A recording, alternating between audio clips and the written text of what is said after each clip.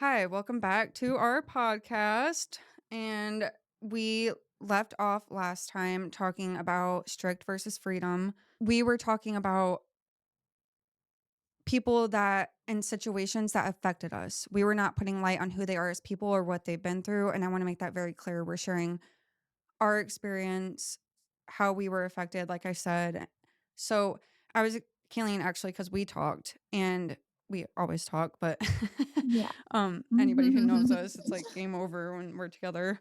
But Yeah, well, I know my I was explaining to Kayleen, I'm like, we can't explain this without that, and we can't explain that without this. So we can't explain 16-year-old version and not go back to 6 or vice versa. There's just so much how everything was kind of like a roundabout. So everything that was happening, it was all like a roundabout, right? So my point is, I kind of got sidetracked there, but my point is when I was sharing like a certain situation, it wasn't to shine a light on somebody else. And as we like share our experiences moving forward, it's not to put a spotlight on anybody else's life, who they are as people, anything like that. We're simply sharing from our perspective, right? So, and how it affected us. And it is the truth and it's our truth. And everything that's being shared isn't an attack towards anyone at all. And anybody who's listening to this podcast, honestly, you're not even going to know who we're talking about because we're not putting like specifics for a reason. Because, first of all, we don't feel like revengeful or hateful towards anybody. That's why we're doing this because we've gotten to such a place of like gratitude and being thankful for the life that we had. So with that, with what we've been sharing, definitely in the last episode, I feel like going in depth with some of the things that were happening, like manipulation and the intensity of abuse that we're going to talk about in the future and the intensity of addictions and all of that. We can't really get to where we're wanting to get on the podcast without sharing situations that we went through because that's what made us who we are today. And with that being said, too, before we move forward and before I let Kayleen finally talk, is another thing I want to be clear about is as we're sharing these stories, we're also very aware. And Kayleen, we've talked about this so much, so I know we're on the same page about it. So, with that, with everything that I'm saying right now and like starting this episode, the people I want to be clear too, because as we're sharing these things, and we're going to share a lot about ourselves in the future as well, you my perspective is, and simply, like I said, this is my perspective. Anyone that's gone through similar things that we share on this podcast might feel the same way or have experienced the same thing. But when when you go through 24 years of chaos, abuse, trauma, you don't leave that and not have some side effects or characteristics. So we've also had to work 10 times harder to dig out literally everything. It's like taking a spoon and like digging this giant grave of like everything that you learned with a tiny, tiny like tablespoon and trying to navigate and dig that hole and figure out, okay, that doesn't belong there. This doesn't belong there. That's not who I want to be. That's not even who I am. I'm only reacting that way because it's all I know. Things like that. So I just really wanted to explain that before moving forward because with the things that we are sharing and talking about, we have so much understanding now. And some things I've said through my healing as well is like, I have had a moment. It was like one super intense moment. I was like driving my car and I put myself in one of our parents' shoes and I looked in the rearview mirror and I pretended like I had 3 kids sitting in the back seat. I had all this childhood trauma, don't have a relationship with any of my family, all of this stuff, X, Y, and Z, trying to battle my own addictions, whatever it may be. And I literally like sat there in silence in my car and was like, I want to try the best I can to put myself in their shoes so I can understand them. So with what we're sharing, this isn't about they did this, they're this way because this, we're this way. No, none of that is factual. None of that is the base of what we're doing. It's simply to express our journeys and how we got to where we are. So I know I kind of just went on a little rampage there. I just really wanted to dive into that for a second because anyone who listens to this, you could be on the other end of it too, where I basically got court ordered to move back into the stricter household. So that I feel like just it being more of a court order thing, and then, I would lock myself in the room. It was really, really new to me. And um I don't know. I felt so out of place. I was missing basically my best friend, and then, I just felt really, really out of place in the entire thing. Little did I know, like I'm not when I say I locked myself in my bedroom, I literally barely came out. And so I feel like that kind of put a damper on where our relationship could have started, like you and I, Adrian. And so I feel like I'm kind of part of the reason why then we didn't really wasn't really able to start can having, I a relationship like we could have. let me interrupt you at some point, but Yeah, go yeah. ahead. No, yeah, yeah. Okay, okay. Um, so okay, well, I can ask you since stopping there, just to see how like you viewed it. Whenever I moved in, Mm, looking in on it from the other side, like how was it for you? Like okay, this is so funny whenever because I moved in. so whoever's listening, I just want you to know that me and Kayleen can sit on FaceTime from the time we wake up to the time we go to bed, fall asleep on FaceTime together, do life together, go grocery shopping together over FaceTime, all these things. And we Yeah. still do not run out of things to talk about. And this is a question that you've never asked me. So I'm like, oh, wow. I feel like we've talked about everything. And then Yeah. it's like, no, we haven't. So I I just think it's funny. So know. whoever's listening, you guys are kind of, you're getting the insight of our FaceTimes. Obviously, they're not all like Yeah. this. Like, obviously, But Yeah, yeah. so there's so much that was going through my mind as you were sharing, like so much, because I can see your perspective of what you're explaining. So me and Kayleen, to everyone who's listening, me and Kayleen, when we lived together and we moved around together and all of these things, right? And then when someone got custody of us, we went together, but we were not doing life together. It's like when so much is happening like that, I don't even think we could like be present with each other, with ourselves. So we Right. we weren't we weren't even kids. So when that specific situation happened, I remember there was that little heater in the house because you know how, guys, people struggle.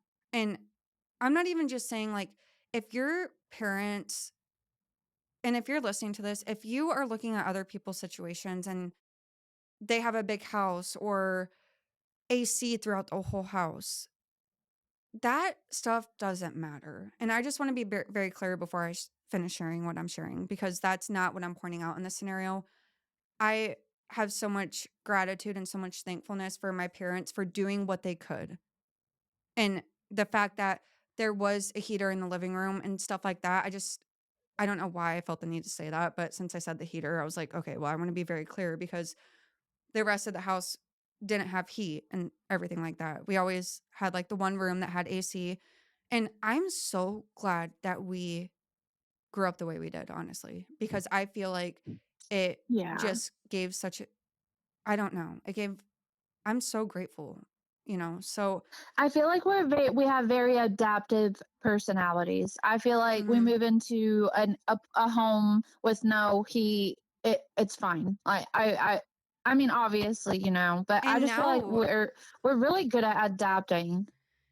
and not even that, but I feel like now that we're adults and we've had our own struggles, we can look back at like not even just that situation, just other things and be like, oh my gosh, that it is hard to get through that. It's, and killing you specifically, wow, Right. it is hard to manage this and have kids and a whole family and try to do life school, bills, all of these things. It gives you a different perspective. And so when you look back, it's like, should things have been differently?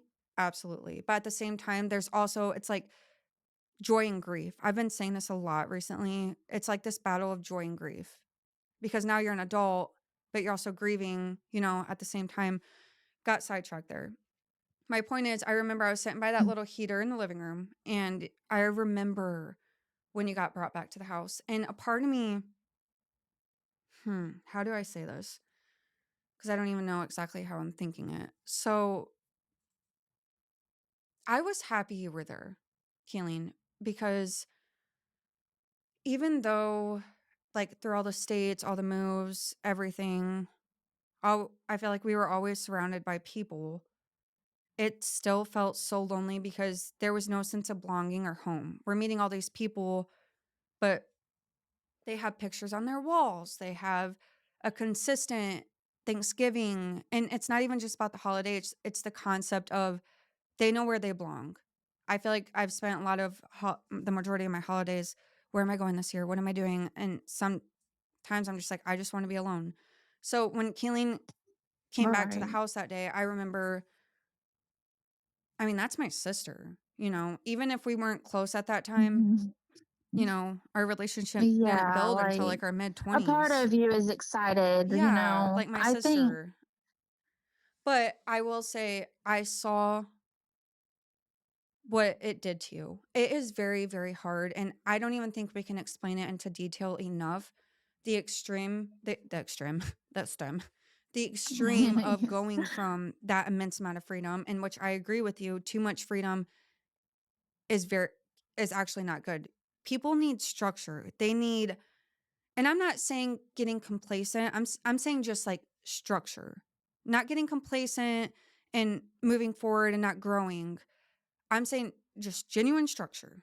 And I felt like we never had Right, that. So right. when you came back, I felt somewhat structure with the one parent because they didn't move around as much. So it brought a different kind of, but with a different battle.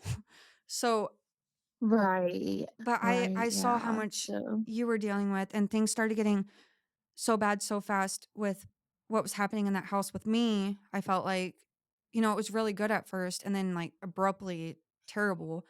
So I want to say two things, Kayleen, because I'm going to ask you a question. First, I want to say, whoever's listening to this, if you have a mixed family, if you're younger, if you're older, if you're someone that is married to someone and you guys are engaging in a mixed family, it is very, very difficult, definitely if the kids are older, to try to merge those two lifestyles together. And I think it put a right, like lot having a of, step parent and mhm, yeah.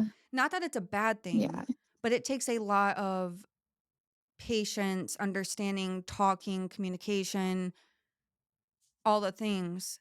Because when you're taking two, and mind you, it wasn't just a normal situation. You're taking this extreme situation of what we've already dealt with prior, trying to bring it into a situation where they had a little bit more stability.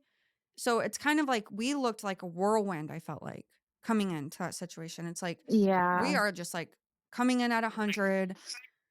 Not that we were bad, because obviously we were kids. To whoever's listening, obviously we were kids. We did stuff like, whatever. But do I feel like we were out there, you know, stealing, fighting, all of that? No. With the circumstances, a lot of people I feel like could go that way. A lot of people couldn't. And we didn't go that route. We weren't Right. fighters. You weren't killing. It just wasn't one of those things where, you know, anyways. Yeah, like of trying to avoid conflict. Yeah. I do Yeah. wanna mention, I guess I don't know, like hang on. Um, I I guess I will share also. I can't remember the exact age. I remember I had chose where I wanted to stay around 13, 14, and then when I got court ordered, it had been a couple years after that, so I may have been 15, 16-ish, maybe. Uh, So, I don't yeah, know. I'm like, I don't know. or maybe it had been a Cause year. Kayleen, you were gone for a while. But that's why I wanna ask, Yeah, so, so guys, this is the logistics part of it where as you're listening, you're also I we're navigating too because with so much that happened, we don't know exact timeline, and honestly, I think some things are, right. unanswered questions, and it's like, it is what it is. But Keeling, that's why I wanted to ask you, do you feel like a child that is under 16 even should be able to make a decision that intense when in regards to court and decide where they want to live? Mm, I think that's gonna be a hard honestly, I feel like that's gonna be a hard question for you to answer I because of the think circumstances. well, I think yes, because at the time I made that decision, everything was going very, very I can say this. I can say at the time I made that decision, we were in a very good place. We had a nice apartment, everything was going good. Things kind of slowly started going downhill, and I feel like there's kind of a reason why I got court ordered to move back in. Under certain Right. circumstances, yes, I do feel as though the child should be able to choose where Okay. they want to live because hmm? Oh, no, I just said, "Okay, sorry." Oh, no, no, no, no, You're no. like, "Hmm?" Yeah, so I do feel as though that I do think depending on the age and the circumstances, yes, I do think that they should be able to make those choices because, you know, basically I'm not going to really speak on like the court ordered part of things or why I had got court ordered to move back into the stricter household, so to speak. But basically, I was hanging out with the wrong crowd. The household that I was living in was a bit chaotic. So, like I said, there was a reason why I had got court ordered to move back in. Um, but also, whenever I had got court ordered to move back in, it wasn't very long I had turned 17 until had turned 17 and I was able to make the decision to move back out because anyways, so what I'm trying to say is going from a household where and when I say whenever I was saying freedom, it I was doing a lot of different things, experimenting with different things, hanging around the wrong people. So I did have, I would say, some like I was smoking and stuff like that. So I was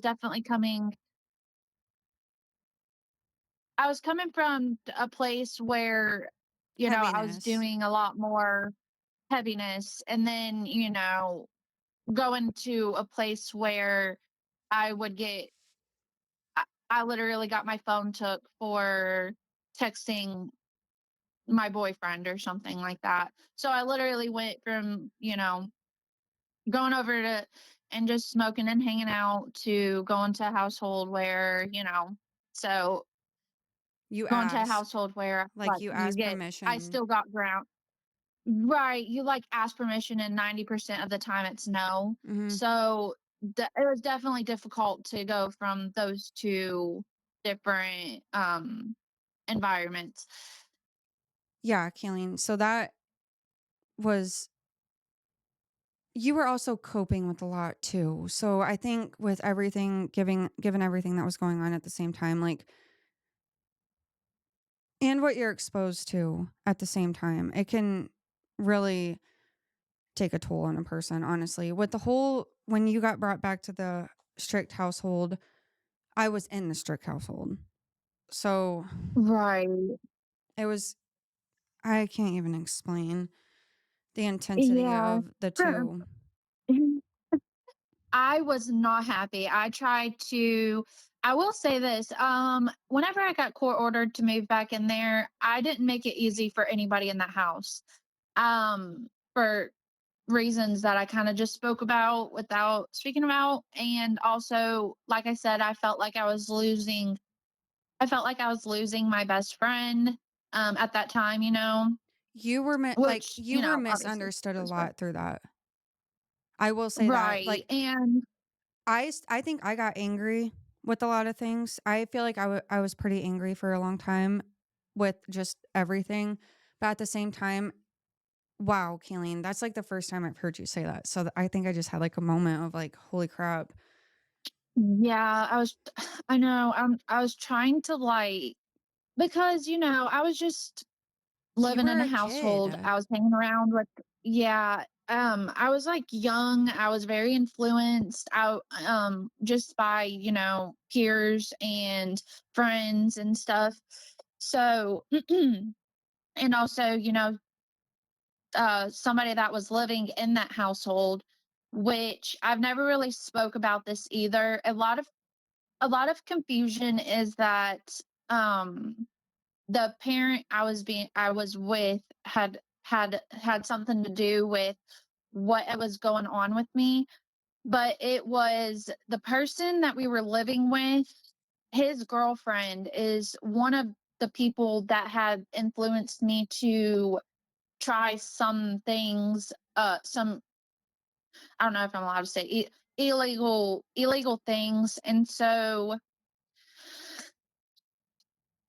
um, Mind at you, that at this time, time yeah, you're young. I mean, that's young. When I right, see kids the right, age for that we yeah, were in some of these scenarios, like that is young. And honestly, I had resentment as I got older towards people because it's like, you know, the type of person someone is, you know what's going on, you know, X, Y, and Z.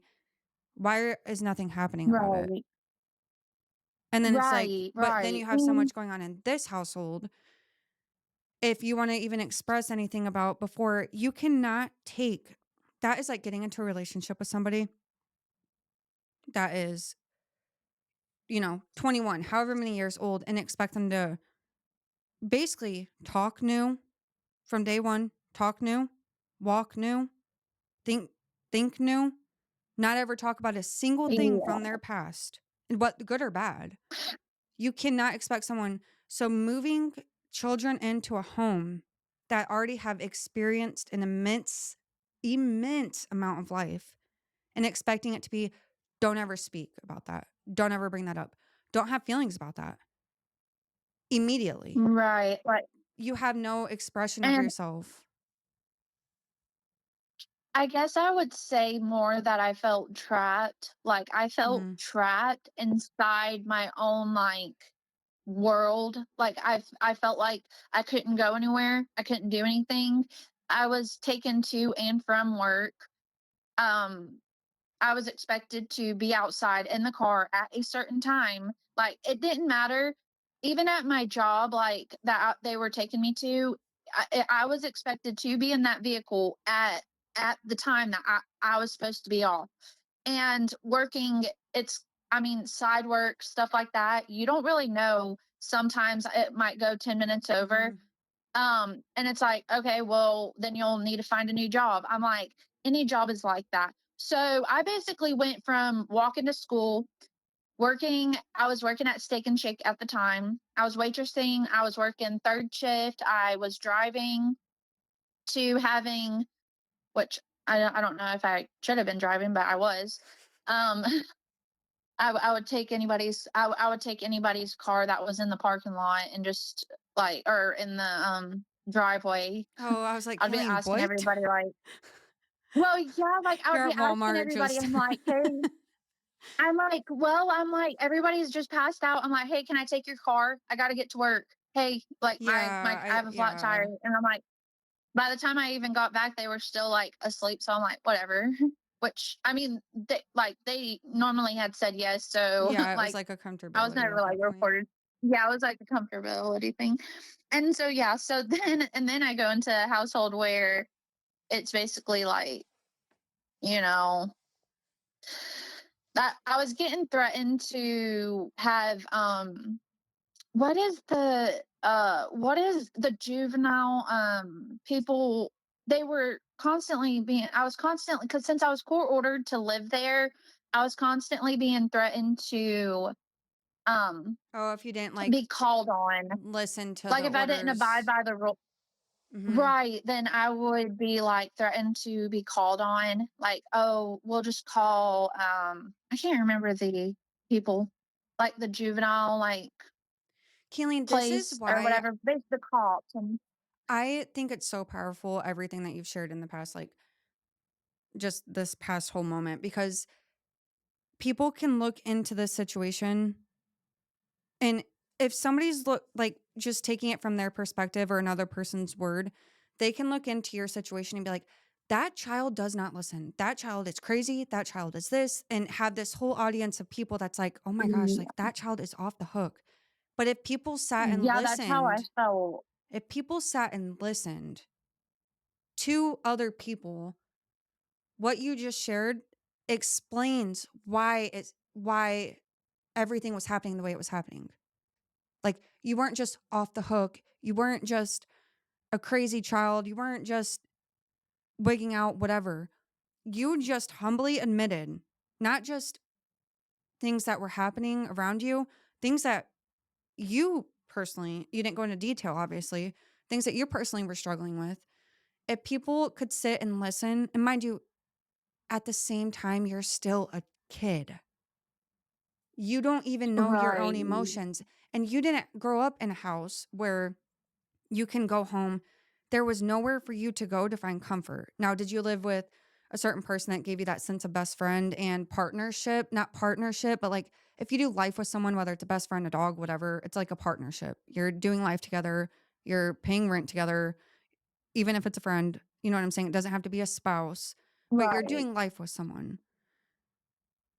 But that still wasn't a comfort Right. place for you because that's the place where you found some of your darkest moments too, good and dark.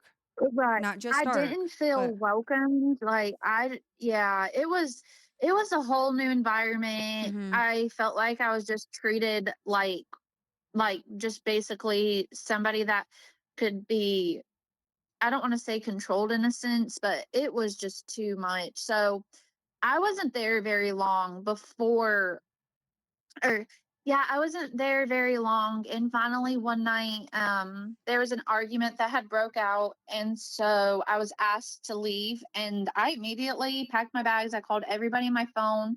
There was only one person which that had picked up and came and got me, which that's a whole nother story on that, because that started a whole nother journey of things. So yeah, I wasn't very long, and so I felt bad. Honestly, now looking back on it, I didn't ever really, you were put in the middle of during that time, like, because I feel bad for you during that time because you were there, and I remember seeing your face when they would call the police officers over, and they were like, "Hey, you've seen it." You would just stand there with the blank face, like, not knowing what to do, because, like, you were put in some tough situations as well. Oh, sorry. You were put in some tough situations as well, and kind of was put in the middle of, I would say, like, me being your sister, and then as one of the parents that we had, you were basically put in the middle as though you were supposed to take one of our sides, and you didn't know what was going on. I mean, you were a kid, so, and I had seen another side of things, and you had already experienced so much there, so it's like you was not about to say a word, and now all these years later I can look back and see why, but in my head I was like, I don't understand why you're not speaking. I don't understand why you're not saying anything. I was like, you just seen everything that happened, just tell them. And you, blank face, just like, well, then I had the other you didn't say a person word. Then screaming at me, and I'm like, not saying anything at all. So I'm like, I can only imagine if you had actually, like, said something. So, like, I don't know. I feel like I looking back on that situation, I can definitely see where you had already been affected in that household, because I could see it on your face. Which I didn't know at that time. Like, I had no idea at that time that you had been going through that until years later we start talking about everything. I'm like, looking back on certain things, I'm like, that makes so much sense as to why I thought I was just being treated differently. But no, like, you know, I think it was me and me and you basically as a whole. I truly feel that way. I know like there's a lot more siblings involved, which we're not going to get into them, but I feel like outside of anything, you and I were treated. That's truly how I feel. I feel like you. Oh, I don't want to keep speaking for you though. Like I've done it too, like, this whole time.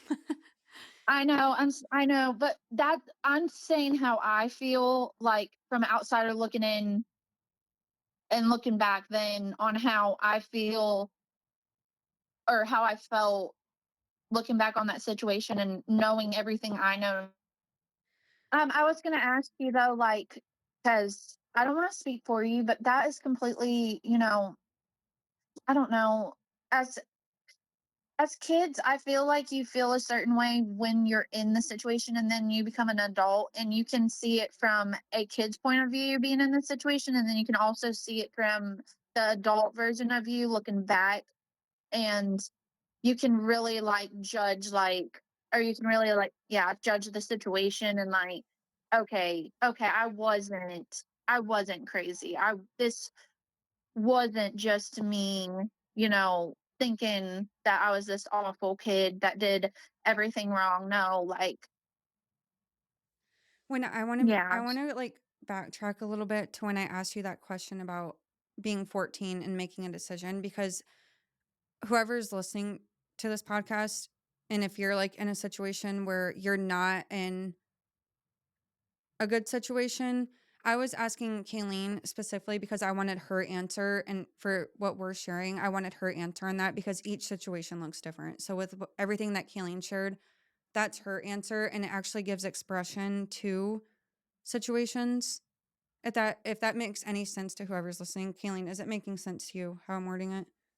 yeah, it's not even, yeah, it Okay, makes sense to because me. that obviously we could be in a room full of 20 people, 20 different experiences, and ask one question, even if it's, are the fries at In and Out crispy? And 10 people could say no, and 10 people could say yes, because everyone has their own experience and different opinions, perspectives. So I was asking that directed Right. towards like our situation, but whoever's listening, like I said, every situation looks different. So that answer could vary. I just wanted to be clear on that because that was a very intense question. I feel like that could have been taken multiple different ways. So I just wanted to clarify that this is targeted towards our Yeah, situation. yeah, Keeling, you definitely shared like a lot, which it's all been super good. And I honestly, I got some perspective of situations that we've talked about. I mean, so much. And I still, like, even every day when we talk, I just feel like it's like I'm walking through this field and, oh, there's a dandelion. Oh, there's a flower. Oh, there's a tree. Like, there's just so many things that looking back on, because I feel like if we would have been trying to have these conversations when we were younger, oh my gosh, we would not see eye to eye. We were in two total different perspectives, you know? So it's just so yeah, powerful to like for look back and be sure. able to realize what was happening and why, because reactions, when you get older and you start working on healing and stuff, you learn. As kids, you don't have those Right, tools. Well, we didn't. Some kids might have the advantage of like therapy and stuff like that, but it still can be hard to navigate because you're a kid. So I, when I'm saying that too, if you have an opportunity to do therapy as a kid, I say do it. You can build tools younger and it's going to help you in the long run, even no matter what you're dealing with. right. That's my personal opinion. And therapy can look like many different things. I'm not pushing therapy on anybody by any means, but it can look like many different things. Doing something you love, drawing, singing, playing Meditation guitar. and anything. Yeah. Meditation or medication? Meditation, Oh, I thought you like, said medication. I no, was like, no, oh. no, Um, but yeah, no, so no. Keeling, with the whole thing with the police, I was like sitting there thinking while you were sharing that, because that was, you got to think, I was in that household. So when all this stuff is happening, there's certain things when you're in a very, how can I word it? Controlled environment. Strict is a word, but also controlled is a very, like, I think it can take it on a deeper level. First of all Yeah, first of for all, I was sure. scared, okay? Like, all this stuff is happening. I'm at a point in my life where I'm just, like, scared of everything and anything. I mean, you just don't know what's gonna happen next. I felt like a ninja, like, Yeah, "Oh, like, her." yeah, So I was like yeah. and when that was happening, I was just so happy you were back. I mean, now I don't have that choice, like, because at that point, I didn't wanna go to the other household, but I'm thinking this one's good, and then Right. now I have this whole whirlwind of stuff that's it was there wasn't a win-win situation in it. That's why I say It was sometimes vice versa, like, I wanted to stay at the other household and didn't wanna go there, mhm, and so, like, it was just yeah, and then but it conflicted anyway, us sorry. so much because for a long time you're Right. hearing you're living one life, I'm living the other. It's like if you go to have tacos with someone and you both like different cheese, it takes a while for you guys to see eye to eye. Oh, Mhm. okay, maybe I'll try yours. Like I feel like it took us a really long time to get where we're at because you both of our perspectives were so strong, but at the same time, now that we've come together, Yeah. we're taking both of our perspectives and being like, okay, well, the whole Right, building right. burned. Everything turned to Yeah, ashes. literally. Everything turned to ashes. And that is why our podcast is called Ashes Became Altars, because I really feel like our life became ashes. And at such a young age, we both ended up in a homeless situation with nobody to call, with no help, no family, really, all of these things. We both hit that place at some point where it was like, I am the only person I got. It And took us it's a a sad place. long time to see eye to eye. Yeah, but we did the work on it. And that's why Yeah, we did. I think with the whole everything that you shared, I I can't explain what I was feeling as you were sharing because it's just so powerful and insightful to hear how you felt in certain situations and like what you were dealing with because in situations where so I don't want to word it like that because it just sounds so harsh, but we're selfish. When you're dealing with something, we only think about our own feelings, but in reality, we're not the only ones in the situation. There's when you have an Right, argument with yeah. somebody, there's two people in the situation. It's not just you that's feeling something, the Right, other person is exactly. too. So when we were younger, I think it was easier for me to, mind you, Keeleen, I want to be clear, and whoever is listening, like this could go into perspective for whatever you're dealing with. I feel like I had so much going on in the house that I was living in and so much that I was carrying that when you finally came back and then were gone and you had your own thing going on, I feel like it made me like have so much bitterness, I think, because for one, and we've talked about Right. this. So whoever's listening, me and Kayleen have talked about this.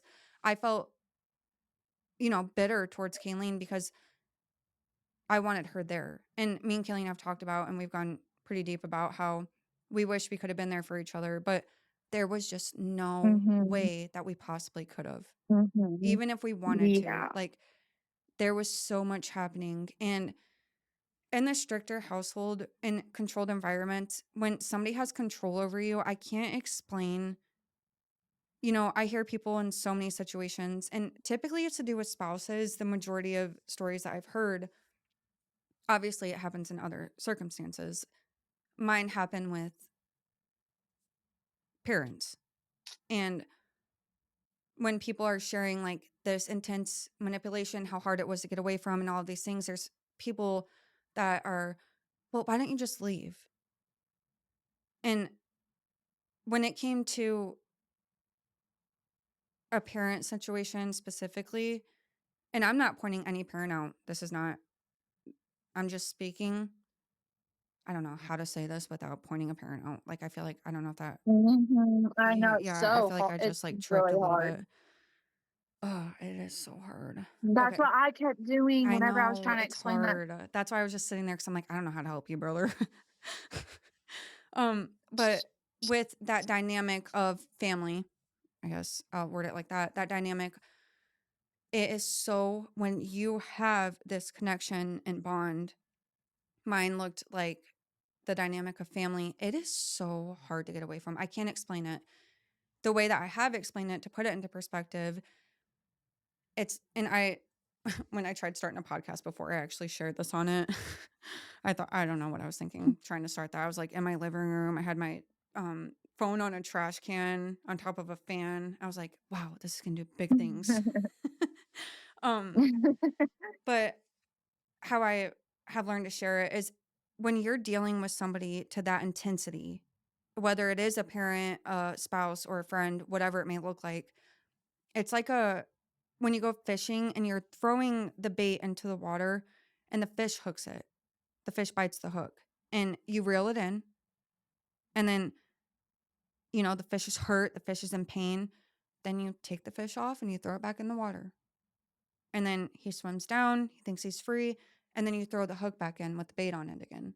And then the fish sees the bait and it this time, swimming up, and then boom, hook in his mouth again. And it's the same process over and over Right. and over again. And before the fish knows And it, then you can only go back up. Yeah. yeah, before the fish knows it, now he's hooked, and now he's not getting out again because he kept going for the bait. That's Right. the only way I know how to explain manipulation in a controlled relationship as well. It is like that fish, because then you think it's good, and that is exactly what a controlled, like, abusive relationship is. That People was a great way of explaining that. people stay because not all things are bad and not all things are all good. That's just the bottom line. It's life. There's no all good, there's no all bad. There's both. Whatever you feed and whatever you strive for, that's what's going to be your outcome. If you're waking up every day and you're like, today's going to be a bad day, it's going to suck, you're going to get stuck in traffic. Killing. I got stuck in traffic earlier, guys. Um, you're you're like going to go into traffic and be stuck in it, and you're going to be mad rather than be able to sit back and be, oh, am I stuck in traffic? Did somebody get in a car accident? I'm sitting here mad because I'm stuck in traffic, but maybe somebody did get in a car accident. And, now their whole day is ruined or their life. You never know. So, anyways, I kind of got off track there for a second, but with that bait and everything like that, it's so good, right? When the fish sees the bait, you stay in situations because there is good as well, not only bad. They're, they can be humorous, but behind closed doors, their anger speaks through their fist. They can be the life of the party, but behind closed doors, you fear your life. Just things like that. It's this whole thing that can go deep, obviously, and into so many details or situations, whatever.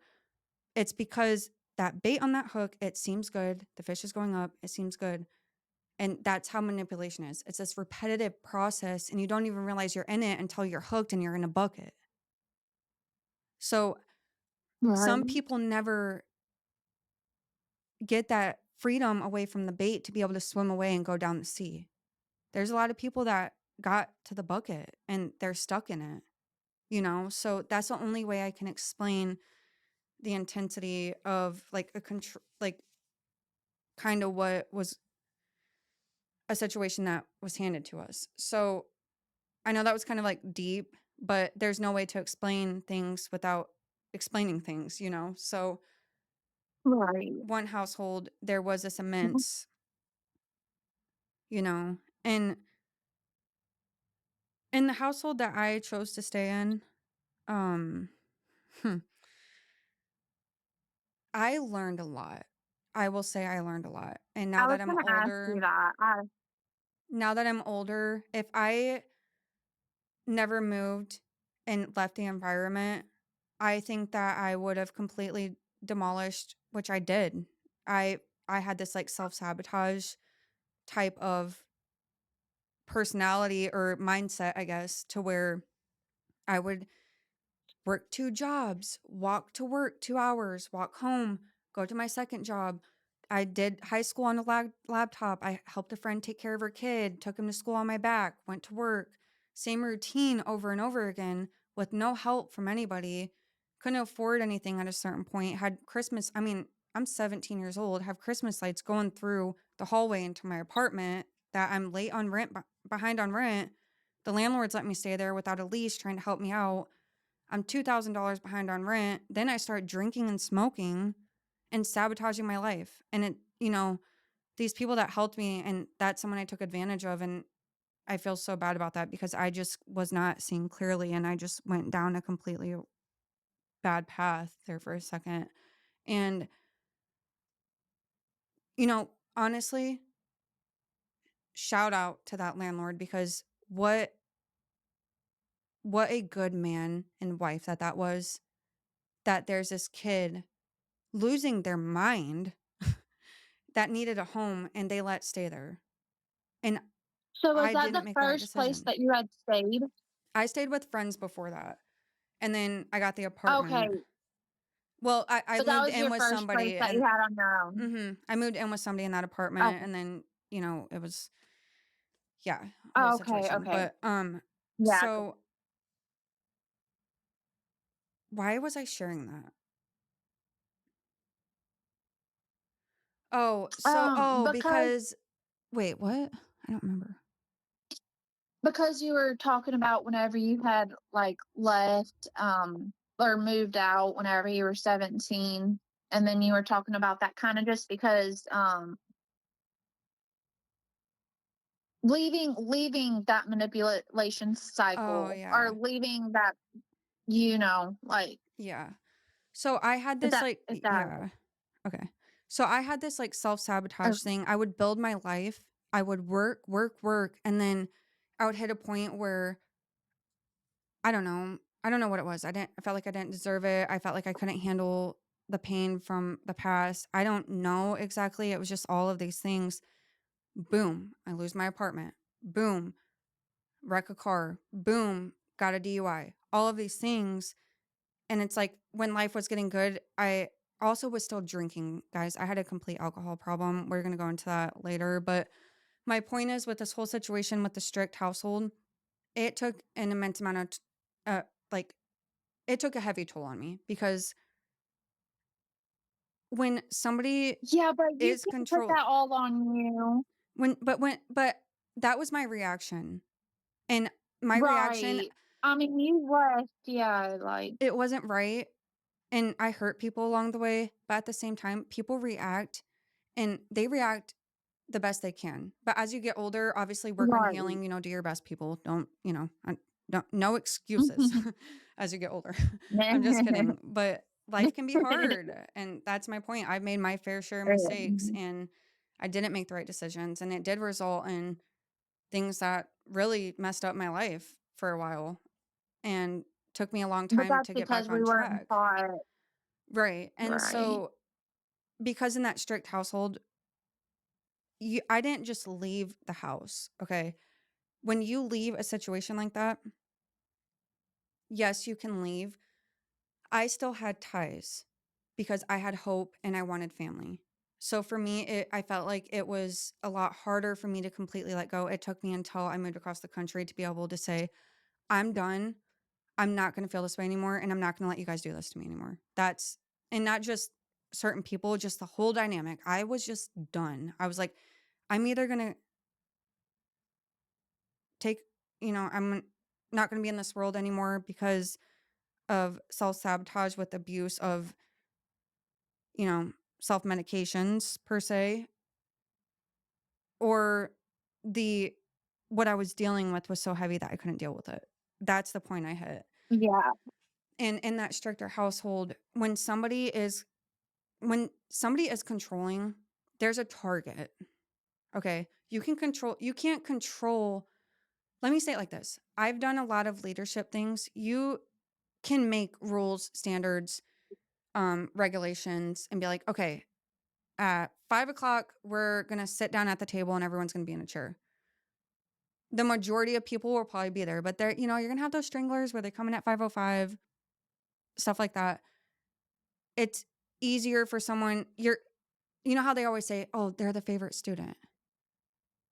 Because there's always like one, not always. I don't know how to say it.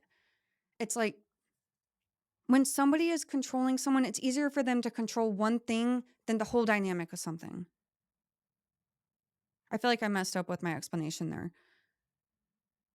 It is easier to control one thing.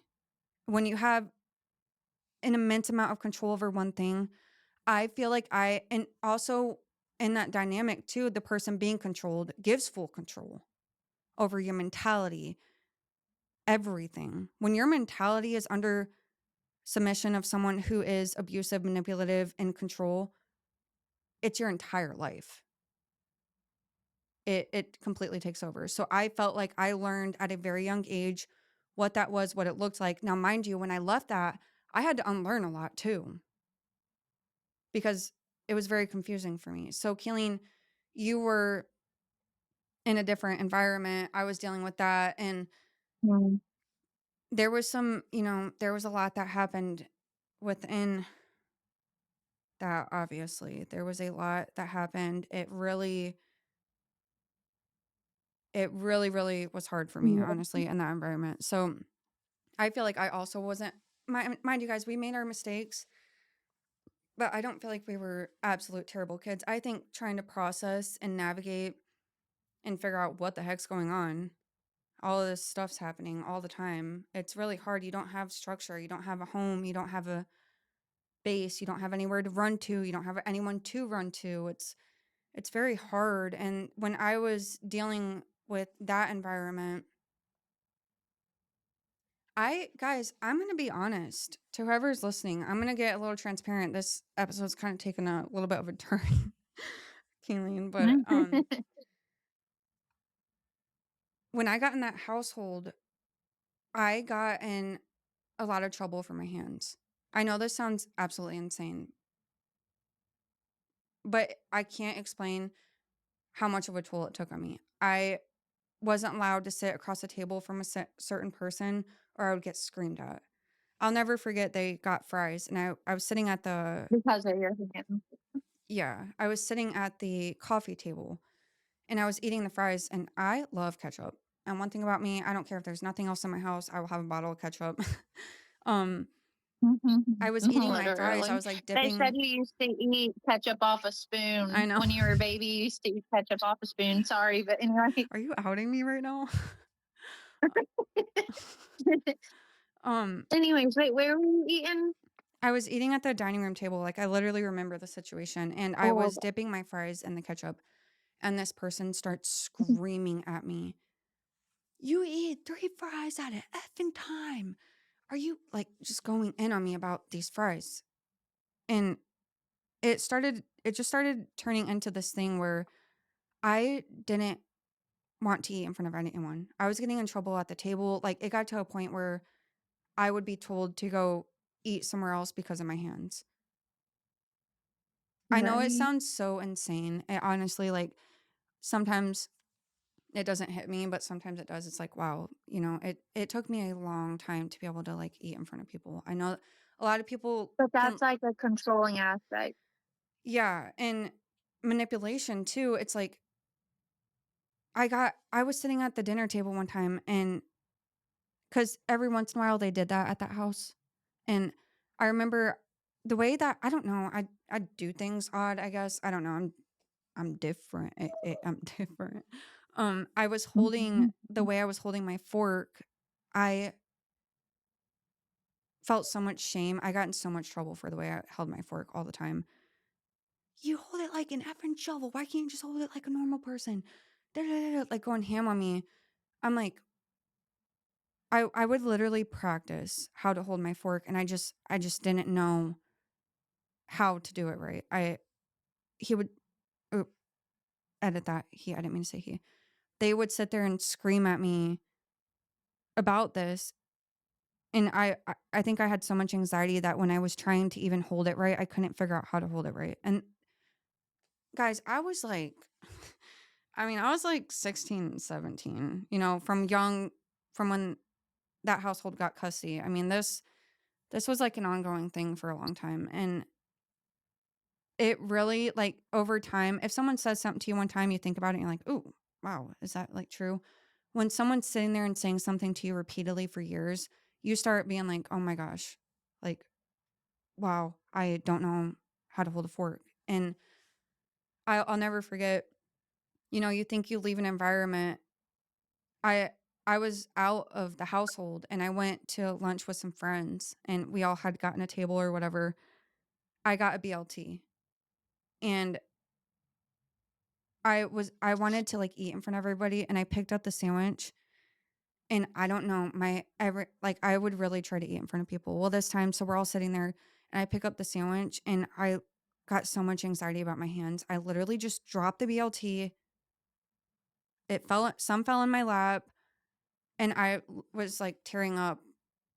I didn't even wanna look at anybody, and one of my good friends was with me. I'm like, "I just wanna go home, like, I can't do this." It was so intense for me, not because just because of the dynamic of the situation with my hands, not because of I felt like people were staring or anything like that. I was so ashamed of my hands. Not that people were looking. Oh, it's making me tear up because, like, taking me back to, like, those moments, I'm like, "Dang, man." I was like, that was a lot. Um Yeah, I just got and, I would get screamed at, "You have spider fingers. Why do your hands look like that?" And it just it sounds so little, but when this is like ongoing for so long and you get in so much trouble for it, it does give you a lot of shame. So I just couldn't eat in front of anyone. I got to the point, Kayleen, and whoever's listening, like if you go through something like this, just know there is an end to it. At a certain point, you just have to make the decision.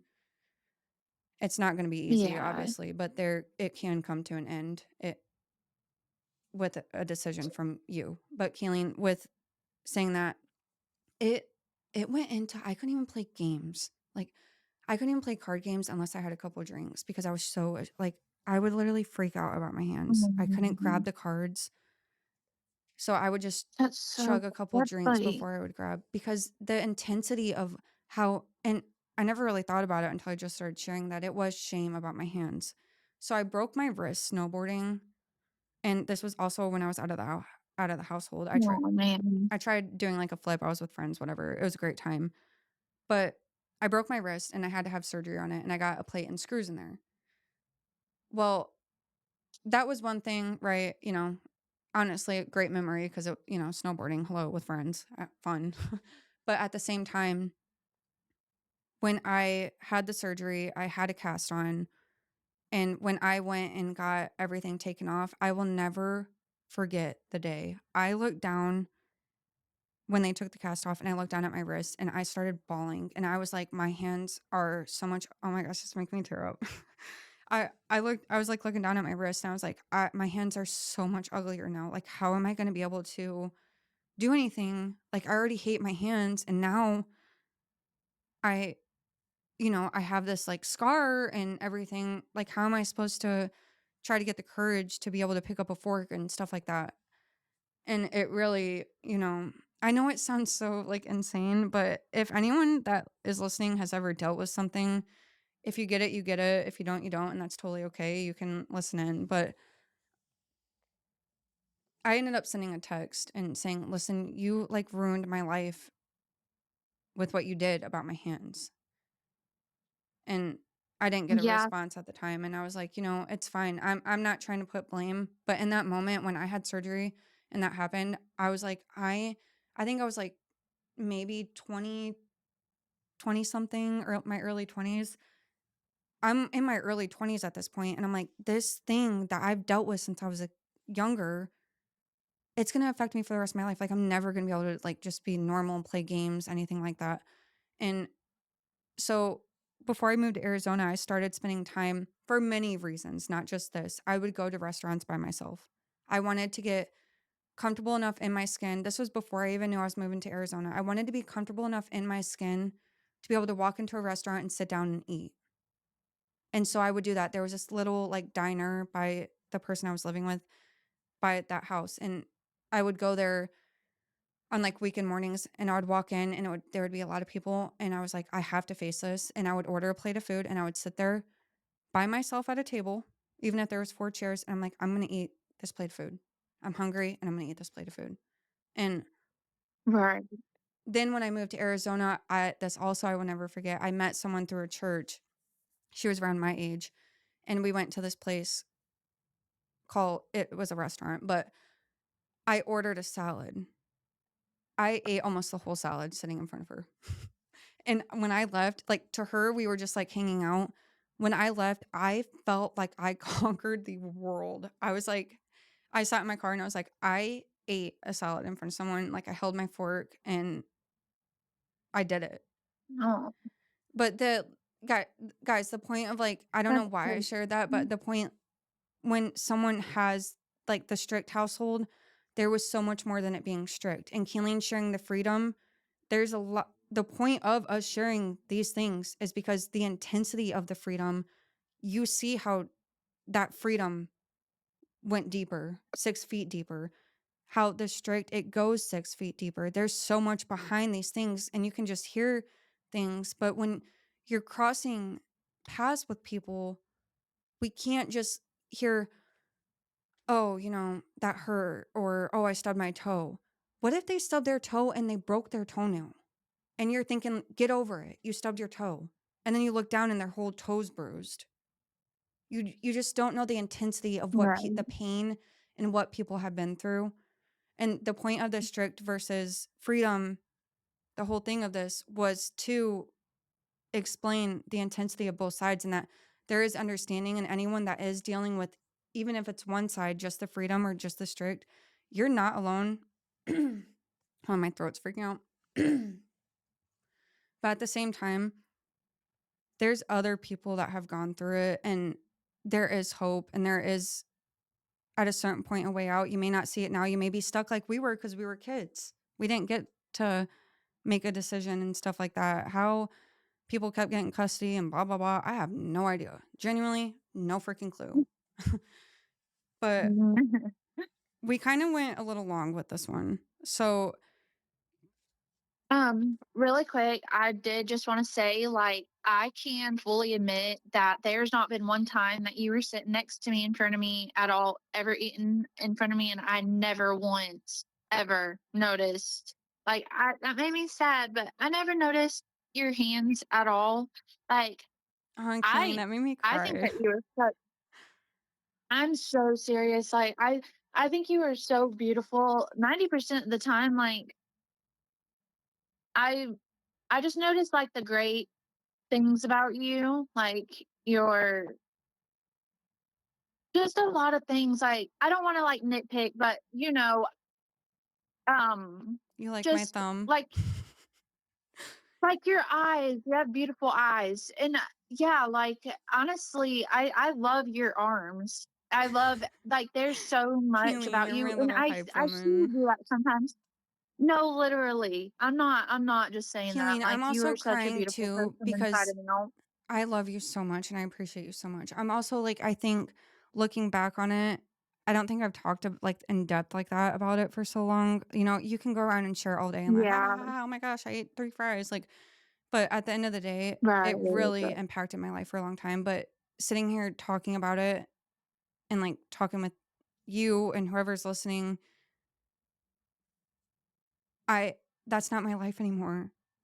Like Right. it's making me cry because it's And like that's not you my had life anymore. conquered it, and I'm so happy for you.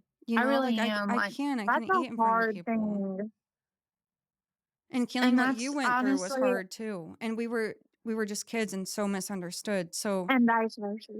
I think that's why whoever's listening, I know we were kind of me and Keeling were more engaged with each other in this episode.